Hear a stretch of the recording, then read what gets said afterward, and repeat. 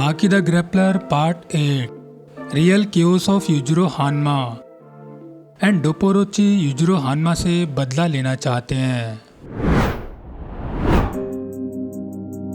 हम देखते हैं रसिया पलाना के कामासटका एरिया को, जहाँ चारों ओर बर्फी बर्फ और छोटे छोटे लकड़ी के घर होते हैं। यहाँ इन्हीं छोटे छोटे लकड़ी के घर में हम 64 साल के जवान एक जंगली शिकारी को देखते हैं, जिसका नाम होता है मिस्टर कोजू साकिन, जो कि काफी लंबे समय से इस जगह पर रह रहे होते हैं और अलग अलग तरह के जानवरों का शिकार करते हुए आ रहे हैं। इसीलिए वो रसिया में काफी ज्यादा फेमस भी हैं और उनके द्वारा शिकार किए गए हम कुछ जानवरों के डॉल्स को उनके आसपास रखा हुआ देख सकते हैं। यहाँ शिकारी मिस्टर कोजू अपने एक इंटरव्यू के दौरान युजिरो हान्मा के बारे में बात करते हुए कहते हैं, मैंने जब पहली बार शिकार करने के लिए अपनी राइफल उठाई थी तब मेरी उम्र 12 साल की होगी और उसके बाद से मैं 2500 से ज्यादा जानवरों का शिकार कर चुका हूँ। लेकिन आप मुझसे पूछते हैं मैंने राइफल से शिकार करना क्यों छोड़ दिया?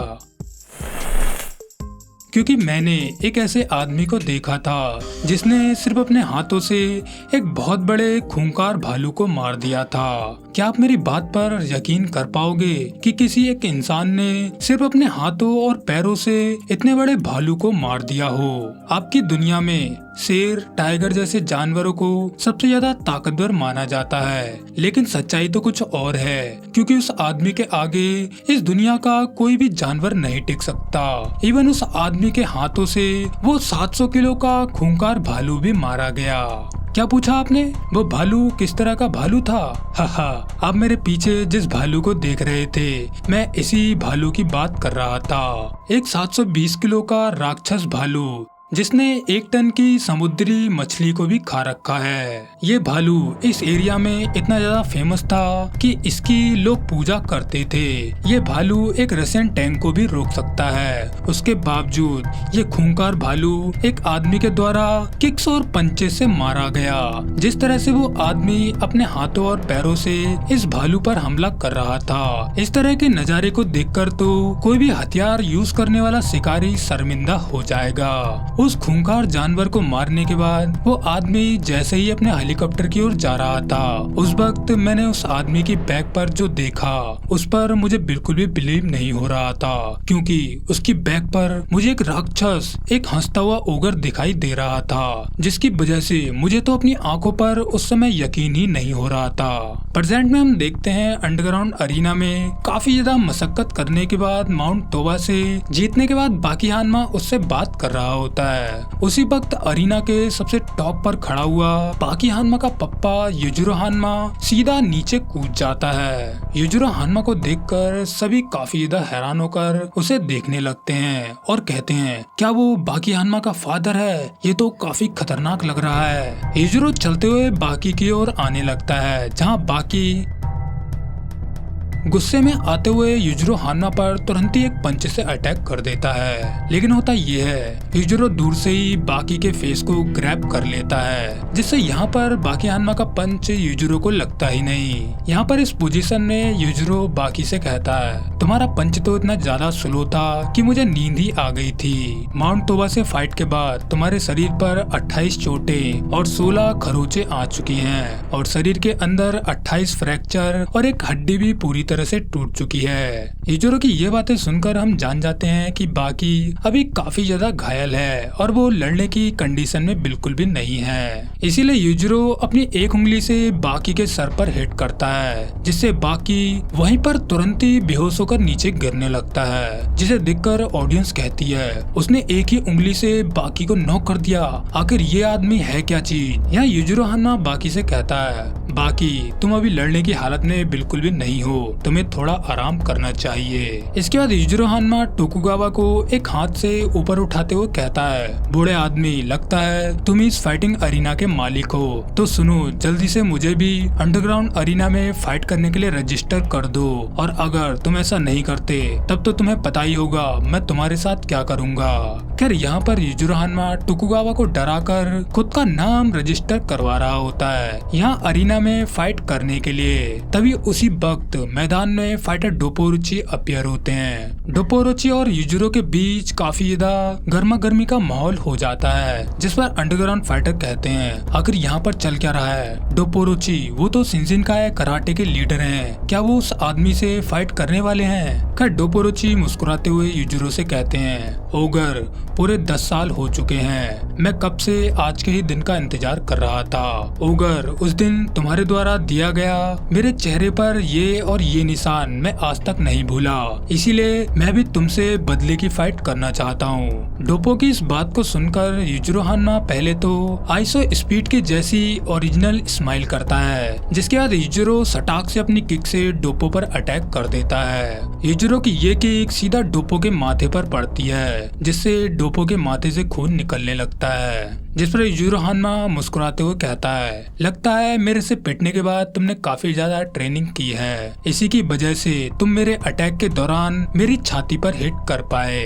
यूजुरो के अटैक के दौरान डोप्पो ने एक स्ट्रेट पंच से यूजुरो की छाती पर अटैक किया था, जिसकी वजह से यूजुरो की मसल्स में थोड़ा सा गड्ढा सा हो जाता है। इसे देखकर लगता है कि डोप्पो इस वक्त काफी ज्यादा ताकतवर हो चुके हैं, जो कि यूजुरो को भी टक्कर दे सकते हैं। सो इसके बाद होता ये है, डोप्पो ओरोची भी यूजुरो से फाइट करने के लिए अंडरग्राउंड अरीना में अपना नाम दर्ज करवा लेते हैं, जिस बात पर टोकुगावा काफी ज्यादा खुश होते हैं, क्योंकि अब फ्यूचर में कराटे मास्टर डोप्पो ओरोची और ओगर यूजुरो हान्मा सबके सामने अंडरग्राउंड अरीना में फाइट करेंगे, जो कि इस अरीना के लिए सबसे ज्यादा स्पेशल मैच होने वाला है। यूजुरो और डोप्पो ओरोची की फाइटिंग मैच की बात सुनकर पूरी की पूरी अरीना की ऑडियंस काफी ज्यादा एक्साइटेड हो जाती है, जहाँ यूजुरो डोप्पो से कहता है, बूढ़े डोप्पो तुझे यकीन तो है ना तू मुझसे फाइट करके इस बार बचकर निकल पाएगा?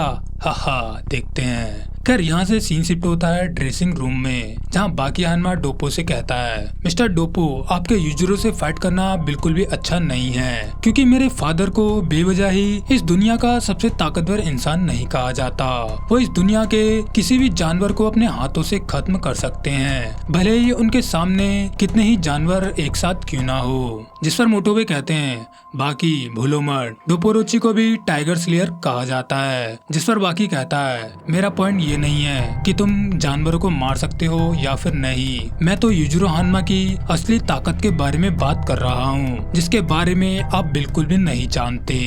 इसके बाद हम देखते हैं यूजुरो हान्मा कैप्टन स्ट्राइडम के साथ कार में अपनी बिल्डिंग की ओर जा रहा होता है। उसी बीच यूजुरो हान्मा बीच में रुकते हुए बॉक्सिंग जिम के सामने रुक जाता है, जहाँ स्ट्राइडम सोचते हुए यूजुरो से कहता है, हे यूजुरो आपको इस बॉक्सिंग जिम में क्या काम है, आखिर तुम क्या करने की सोच रहे हो? खैर इसके बाद होता ये है, यूजुरो जिम में हाथ डाले हुए बॉक्सिंग जिम में एंटर हो जाता है। इस वक्त जिम में मौजूद सभी लोग तुरंत ही इस आदमी को देखने लगते हैं, भले ही ये आदमी सिर्फ जिम के दरवाजे पर खड़ा था। बॉक्सिंग जिम के सभी मेंबर्स, कोचेस और फाइटर सबके सब इस अकेले आदमी को ही देख रहे होते हैं। यूजुरो हान्मा यहाँ पर इस बॉक्सिंग जिम के सिर्फ गेट पर खड़ा होता है, तभी एक बॉक्सिंग कोच यूजुरो को एक साइड में बैठकर बॉक्सिंग देखने के लिए कहने लगता है, लेकिन यूजुरो इस बात को सुनकर कहता है, आज तो मजा ही आ जाएगा, बॉक्सिंग का चैंपियन भी यहाँ पर है। ये कहकर यूजुरो हान्मा करता ये है, वो एक बड़े से सोफे को उठाकर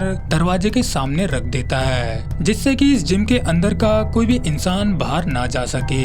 यहाँ बॉक्सिंग कोच यूजुरो से कहते हैं, आखिर तुम क्या कर रहे हो? लेकिन यूजुरो इस बात का कोई भी जवाब नहीं देता, बल्कि वो तो एक हाथ से उठाता है 100 किलो का वजन से लदा हुआ एक बारबल को, जिसे वो उठाकर सीधा दरवाजे पर फेंक देता है। मतलब यहाँ पर भारी भरकम सामान को उठाकर यूजुरो दरवाजे की ओर फेंक रहा होता है और दरवाजे को पूरी तरह से ब्लॉक कर रहा होता है। यहाँ पर यूजुरो ऐलान करते हुए सभी से कहता है, सुनो, मुझसे बचकर तुम लोग कहीं भी नहीं भाग सकते। यूजुरो की ये बात सभी बॉक्सर्स के दिल पर लगती है और वो सभी गुस्सा होने लगते हैं और अपनी उंगलियों को चटकाने लगते हैं।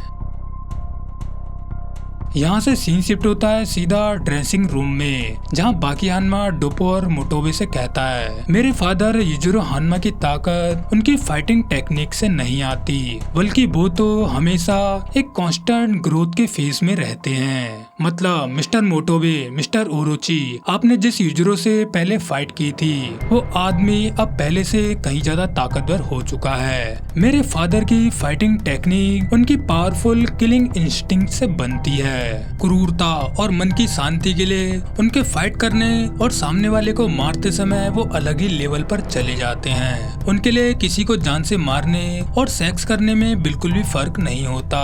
ऐसा एक भी दिन नहीं जाता जिस दिन उन्होंने किसी की हत्या ना की हो। ड्रेसिंग रूम से सीन शिफ्ट होता है सीधा बॉक्सिंग जिम में, जहां हम देखते हैं यूजुरो हानमा ने बेरहमी से सभी जिम के मेंबर्स को मार मार के उनकी हालत खराब कर दी होती है। यूजुरो हानमा की हरकतें देखकर एक चैंपियन बॉक्सर यूजुरो के सामने आते हुए कहता है, बूढ़े आदमी अब तुम्हारा खेल खत्म। जिस पर यूजुरो भी कहता है, तुम्हें देखकर मैं कह सकता हूँ तुम किसी भी बॉक्सर से कहीं ज्यादा अच्छे लड़ाकू हो। यहाँ पर बॉक्सर कहता है, ओह शायद तुम ठीक भी हो सकते हो, क्या पता मैं तुम्हारी पिटाई कर दूं। ये बात कहकर बॉक्सर अपने एक खतरनाक पंच से लगातार यूजुरो पर अटैक करने लगता है। लेकिन होता ये है, बिना अपनी जगह से हिले सिर्फ एक ही हाथ से यूजुरो हानमा उस बॉक्सर के सभी पंचेस को ब्लॉक कर रहा होता है। जिस बीच बॉक्सर कहता है, आखिर मेरे पंचेस को हुआ क्या, उसे मेरा एक भी पंच क्यों नहीं लग रहा। जिस पर यूजुरो कहता है, चैंपियन मैं तुम्हारे बारे में और भी ज्यादा जानना चाहता हूँ, देखते हैं इतने समय में बॉक्सिंग में मेहनत करके तुमने क्या सीखा। ऐसा सुनने के बाद बॉक्सर एक जबरदस्त पंच से यूजुरो के फेस पर अटैक करता है, मगर ये पंच भी यूजुरो को नहीं लगता। सो इसके बाद यूजुरो करता ये है, वो अपनी 2 उंगलियों को बॉक्सर के मुंह में घुसाता है और उसे खींचते हुए जमीन पर पटक देता है, जिससे बॉक्सर वहीं पर नॉकआउट हो जाता है। जहां यूजुरो कहता है, लड़ाई करना कम्युनिकेशन करने का सबसे अच्छा तरीका होता है, फाइट करने में जो मजा है वो तो सेक्स में भी नहीं होता। चैंपियन बॉक्सर यहाँ पर उठने की कोशिश कर रहा होता है। इस बीच कोच आकर यूजुरो को रुकने के लिए कहता है, मगर यूजुरो एक पंच से कोच की नाक ही काट देता है। कोच को चोट खाते हुए देख बॉक्सर एक पंच से यूजुरो पर अटैक करता है, लेकिन यूजुरो हानमा बेरहमी से उसके हाथ को तोड़ते हुए कहता है, आप वो नहीं खा पाते जो आप खाना चाहते हैं, आप उस औरत के साथ नहीं सोते जिसके साथ आप सोना चाहते हैं। खाना नहीं, कोई आराम नहीं और कोई भी मजा नहीं, उसके बावजूद आप इतनी मेहनत से अपनी टेक्निक को मास्टर करते हैं, जिस मेहनत को मैं कुछ ही देर में अपने पैरों के नीचे कुचल दूंगा। ये सभी बातें सुनकर बॉक्सर अपने लेफ्ट हैंड के पंच से यूजुरो पर अटैक करता है, मगर इस बार यूजुरो अपने हाथ से बॉक्सर के कान पर एक अटैक करता है, जिससे बॉक्सर के कान के पर्दे ही फट जाते हैं और वो बेहोश होकर सीधा नीचे गिर जाता है और शायद वो यहाँ पर मर जाता है। जहाँ पर यूजुरो कहता है, आज तो मुझे काफी ज्यादा मजा आ गया, और ये कहकर यूजुरो हानमा बॉक्सिंग जिम से बाहर चला जाता है। कार में जाते वक्त स्ट्राइडम यूजुरो से कहता है, यूजुरो क्या तुम इसी तरह से शहर के फाइटर्स पर हमला करने की सोच रहे हो जब तक तुम्हारा डोप्पो से मैच नहीं हो जाता। जिस पर यूजुरो कहता है, कल का तो पता नहीं और डोप्पो से मैच का भी पता नहीं, मगर मुझे आज रात नींद काफी अच्छी आएगी। यहाँ से सीन शिफ्ट होता है अंडरग्राउंड अरीना के एक ड्रेसिंग रूम में, जहाँ यूजुरो की ताकत के बारे में बाकी से बातें सुनकर डोपोरोची उससे कहते हैं, बाकी भले ही तुम अपने फादर को कितना ही ताकतवर क्यों ना समझते हो और तुम्हें मेरी फिक्र कितनी ही ज्यादा क्यों ना हो, मगर यूजुरो के अंदर अगर तवाई फैलाने की भूख है तो मैं उसी तरह से फाइटिंग के जरिए उसकी भूख मिटाने के लिए तैयार हूँ। मैं यूजुरो हानमा को इतनी फाइटिंग खिलाऊंगा जिससे उसे फूड पॉइजनिंग हो जाएगी। खैर इसके बाद हम पहुंचते हैं अरीना के डॉक्टर रूम में, जहां स्पेशल डॉक्टर झटका ने माउंट तोबा के घुटने का इलाज कर दिया होता है। जहां पर डॉक्टर बताते हैं कि बाकी ने जिस तरह से तोबा के घुटने पर अटैक किया था उसकी वजह से ही माउंट तोबा के घुटने का इलाज इतने अच्छे से हो पाया और 3 महीने में ही माउंट तोबा का घुटना पूरी तरह से ठीक हो जाएगा। मतलब देख रहे हो बाकी अपने जो अटैक्स को करता है वो कितने ज्यादा प्रिसाइज होते हैं, जिससे हमें पता चलता है कि बाकी को हमेशा पता होता है कि उसके अटैक से सामने वाले को कितना ज्यादा डैमेज हो सकता है। खैर यहाँ पर बाकी और मोटोवे अरीना की गलियों में घूम रहे होते हैं। तभी यहाँ पर टूटी फूटी हालत में हानादा आ जाता है, जो कि बाकी हनमा के माउंट तोबा से जीतने पर उससे कहता है, तुम उतने बड़े जायंट से जीत जाओगे, मुझे लगा नहीं था तुम जीत पाओगे। खैर यहाँ पर बाकी भी कहता है, सो हनादा क्या तुम मोटोवे के डोजो में वापस आना चाहोगे? जहाँ हनादा कहता है, हाँ, बड़ों के पास ऐसा कुछ भी नहीं बचा जो मुझे वो कुछ नया सिखा सकें, इसीलिए मैं वापस नहीं आऊंगा और शायद मैं प्रो रेसलिंग को भी छोड़ दूंगा। क्या पता मैं अपना खुद का ही एक फाइटिंग स्टाइल रेडी कर दूं, लाइक हनादा स्टाइल जुजुत्सु, जिससे मैं बाकी हनमा को भी हरा सकूं। जिस पर बाकी हंसते हुए कहता है, हनादा स्टाइल जुजुत्सु, ये नाम तो मोटोवे के जुजुत्सु के जैसा हो गया। मजा आ गया। जिस पर हनादा कहता है, मैंने अपने स्टाइल में जुजुत्सु इसलिए लगाया क्योंकि मैंने मोटोवे से काफी कुछ सीखा है। खैर हनादा की ये बात सुनकर लगता है कि हनादा अब पहले से काफी ज्यादा सुधर चुका है, इसीलिए हनादा की इस बात पर ये सभी काफी ज्यादा जोर जोर से हंसने लगते हैं। इसके बाद अगले दिन हम पहुंचते हैं शिनसेनकाई डोजो की बिल्डिंग में, जहां डोपोरोची बाकी से कहते हैं, ओहो तुम कह रहे हो मुझे युजुरो से फाइट नहीं करना चाहिए। बच्चे क्या तुमने मुझे युजुरो से कम समझ रखा है? जिस पर बाकी कहता है, जैसा कि हम जानते हैं आसमान नीला होता है, वैसे ही मैं ये भी जानता हूँ मेरे फादर कितने ज्यादा ताकतवर हैं। सिर्फ तुम ही नहीं हो जो उन्हें हरा नहीं सकता, बल्कि इस दुनिया का कोई भी फाइटर उन्हें नहीं हरा सकता। जिस पर डोपोरोची अपना खून खौलाते हुए मुस्कुराते हुए कहते हैं, बाकी हानमा तुम तो ऐसे बात कर रहे हो जैसे तुम सब कुछ जानते हो, लगता है अब तुम्हारी पढ़ाई का वक्त हो चुका है। बाकी आज हमारे डोजो का मैच डे है, मतलब आज के दिन मेरे डोजो के 1 मिलियन स्टूडेंट्स में से कोई भी मुझसे फाइट कर सकता है और मुझसे ऊपर टॉप पर आ सकता है। अगर तुम्हें लगता है तुम्हारे पास मुझसे अच्छी स्किल्स हैं, तो आज तुम भी मुझसे फाइट करके जीत सकते हो और इसकी वजह से शायद मैं युजुरो हानमा से भी फाइट ना करूं।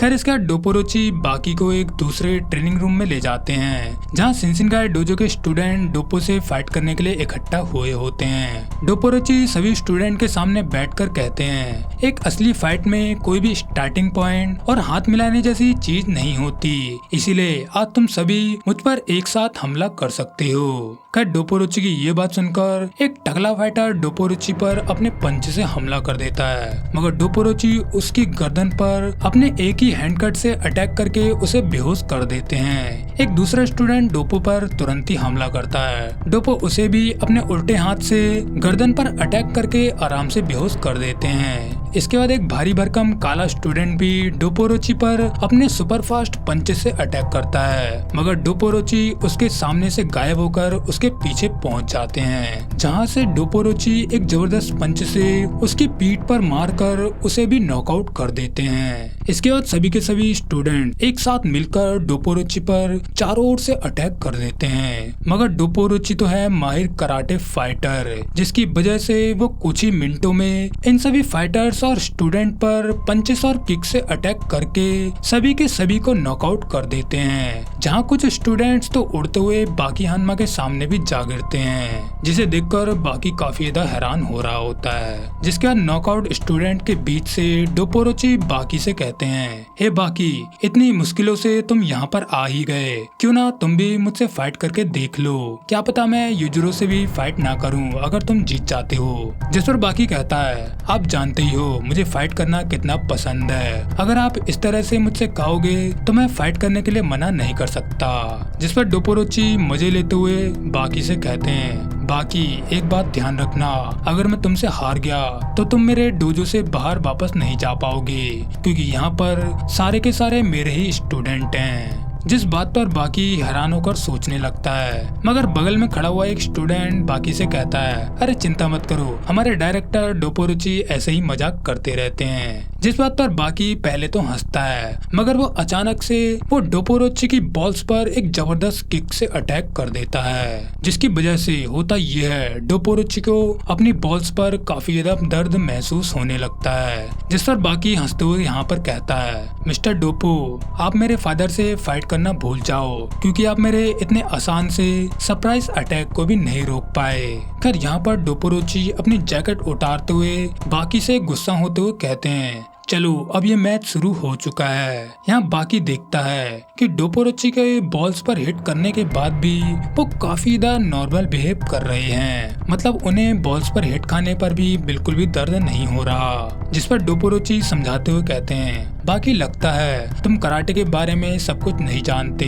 तुम सोच रहे होगे मेरे बॉल्स पर किक खाने के बाद से मुझे कुछ भी नहीं हुआ, क्योंकि पुराने जमाने के कराटों में एक टेक्निक होती है जिसमें आप अपनी बॉल्स को अपनी बॉडी में छुपा सकते हैं। जिस पर हनाते हुए बाकी कहता है, अपनी बॉडी के अंदर, मगर कैसे? जिस पर डोपोरोची कहते हैं, ryukyu कराटे की एक एंशिएंट टेक्निक जिसे कोत्सुकाके कहते हैं। इस टेक्निक में आप अपने पेट की मसल्स को कंट्रोल करके अपनी बॉल्स को शरीर के अंदर खींच सकते हैं। सूडो और शिनोगी ने तुम्हें काफी अच्छी टक्कर दी थी, मगर वो दोनों भी इस टेक्निक को परफॉर्म नहीं कर सकते। सिर्फ मैं ही इस तरह की टेक्निक को परफॉर्म कर सकता हूँ। बाकी आज मैं तुम्हें वो कराटे दिखाऊंगा जिन्हें तुमने आज तक भी नहीं देखा होगा। बाकी अपने फेस को बचा कर रखो, मैं तुम्हारे फेस पर एक स्ट्रेट पंच से हमला करने वाला हूँ। क्या डोपोरोची की ये बात सुनकर बाकी काफी ज्यादा सतर्क होकर अपने फेस की ओर हाथों को ले आता है। उसी वक्त डोपोरोची अपने सुपरफास्ट स्ट्रेट पंच से बाकी के फेस पर अटैक करते हैं, मगर ये पंच बाकी के पड़ने से पहले ही डोपोरोची रुक जाते हैं। यहाँ बाकी की शक्ल देखकर लगता है कि वो इस पंच को देखकर रिएक्ट ही नहीं कर पाया। जिस पर डोपोरोची कहते हैं, क्या हुआ बाकी? पता होने के बाद भी तुम रिएक्ट नहीं कर पाए। चलो इस बार मैं तुम पर अपनी किक से अटैक करूंगा। इसके बाद डोपो फिर से अपनी किक से बाकी पर अटैक करते हैं, जिस पर फिर से बाकी को रिएक्ट करने का मौका ही नहीं मिलता। इसके बाद भी डोपोरोची अपने नुकीले स्टैब, बैक फिस्ट और नाइफ हैंड से बाकी पर हमला करते हैं। डोपोरोची के इन अटैक्स पर बाकी हानमा बिल्कुल भी रिएक्ट नहीं कर पाता और वो डोपोरोची से रुकते हुए कहता है, रुकिए डोपोरोची, बहुत हुआ। आखिर आप ऐसा क्या कर रहे हो जिसकी वजह से मैं आपके अटैक्स पर रिएक्ट नहीं कर पा रहा?